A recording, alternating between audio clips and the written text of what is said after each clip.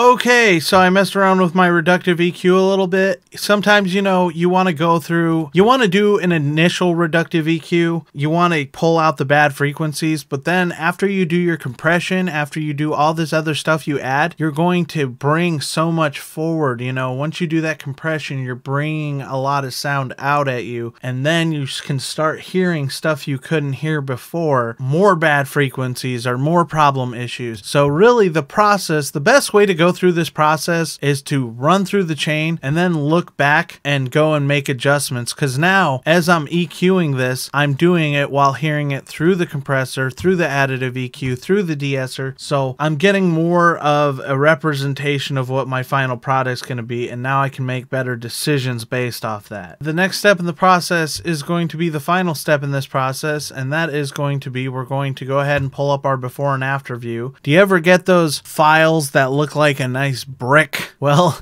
you don't want to overdo it and make it a brick, but here's what you do want to do. A limiter. Which a limiter works like a compressor, but the difference is it's very much stronger, and it's something that you want to always go light with. You don't want to overdo it. A compressor says, okay, let's set all these sweet finessed settings of, you know, if it goes up too much this loud, then we'll turn it down this much, and you know, there's all these different settings in a compressor because a compressor has a lot more finesse to it, and it's going to give you a sweeter sound, and you can go heavier with a compressor and still get a good sound. With a limiter, it's straight up. Where do you want me to cut this off at? If it gets this loud, I'm cutting it off. Period. It's literally called a brick wall limiter because it's like with a compressor, it's almost like you're hitting a sheet or a rubber wall. You know, when you hit it, there's a little bit of give. It's a little more flexible, and if you run headfirst into a rubber wall, you're probably not going to cause yourself brain damage because of that little bit of give, that little bit of bounce back. And that's what it's doing to the peaks of your audio when you use a compressor. I guess that's the best way I can think of to explain it. This is a brick wall. If you run head first into this, you're going to cause your audiophile brain damage. If you go overboard on a limiter, it's going to sound like shit. But at the tail end, it's a great finishing touch once you've gotten all that audio to just kind of press down some of these final little prickly peaks that the compressor didn't catch at the very end. There's two settings here you need to pay attention to. There's threshold and there's out ceiling. Out ceiling is where your level's going to be set at. In other words, if I set out ceiling to -3, then no matter how much this audio changes, nothing in the world is going to go over -3 decibels. That is the line. Pretty much I just turned the volume down. Now the threshold is going to turn the audio back up, but once it hits -3 decibels, it hits that brick wall. So if I turn this down to -30, it's pretty much like I'm turning this up -30, but it's still going to be at -3 decibels. It's going to hit that wall. So you can see right here, and this is going to sound absolutely horrible. You might want to turn down your speakers for this one, but if I pull this down to here, watch what it's going to do to this audio.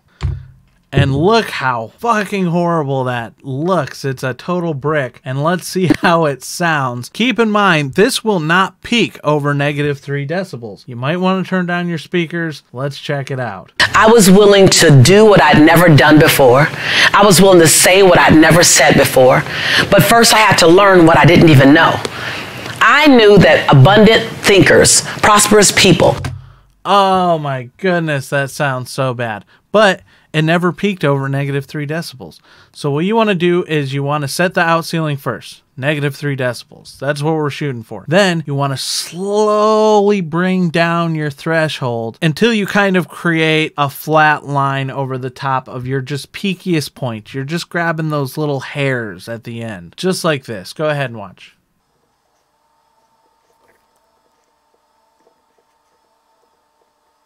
And that's about as far as I want to push it right there, -4 decibels. So I'm pushing it down, -4 is my threshold, and then my out ceiling is -3. So there's -3 decibel line. There's my nice straight line over the top. Let's listen to it back and see what our final before and after sounds like. I knew that abundant thinkers, prosperous people, successful people were doing something that I wasn't doing because my life was evidence. Your life is an evidence of what you're up to. Good, bad, or indifferent, your life is evidence of what you're up to.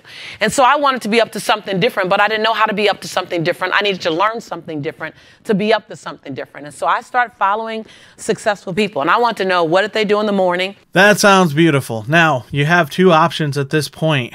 You can A, save it as a preset and then go back into your multi-track. B, you can apply it. I would not apply because, as we all know as video editors and graphic designers, you do not want to do destructive editing. So right now, if you hit apply, what it's going to do is it's going to save all the effects you just did to this track. If I hit apply right now, boom, it's going to press it into the file. Now my audio track looks like this. I could hit save and it's going to save this information to the original WAV file and it's done. You can't go back and readjust it.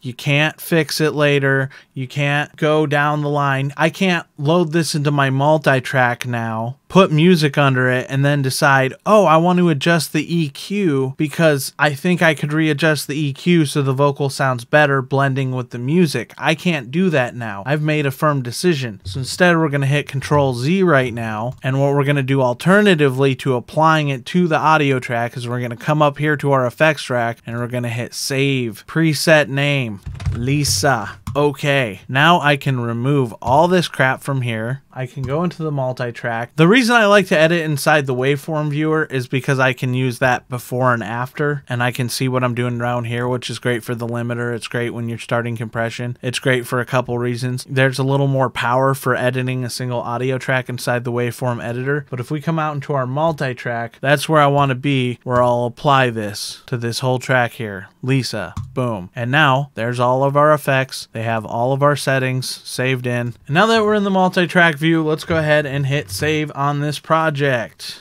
Yes, save everything.